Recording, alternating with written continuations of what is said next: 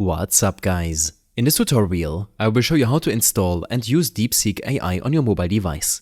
DeepSeek AI is a powerful AI assistant that combines features similar to ChatGPT and Google Gemini.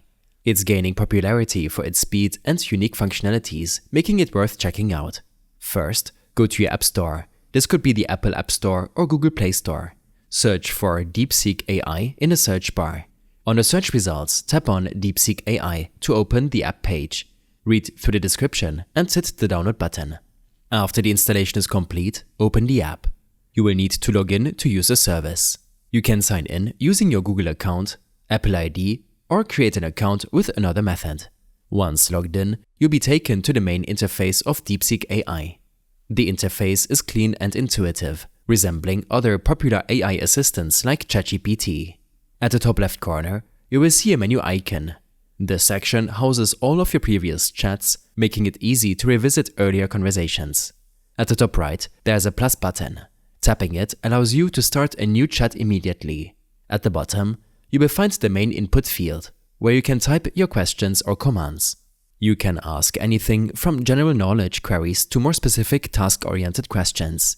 If you're interested in more advanced features, DeepSeek offers options like enabling internet search.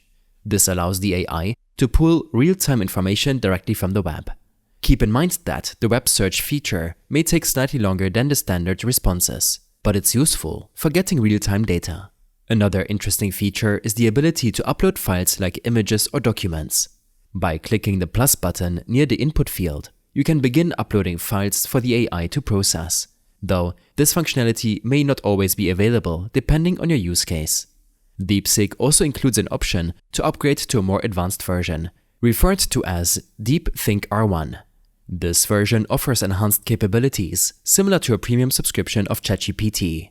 You can try it for free and explore whether it's worth the upgrade for your needs. Lastly, you can manage your profile and account settings by navigating to the profile section.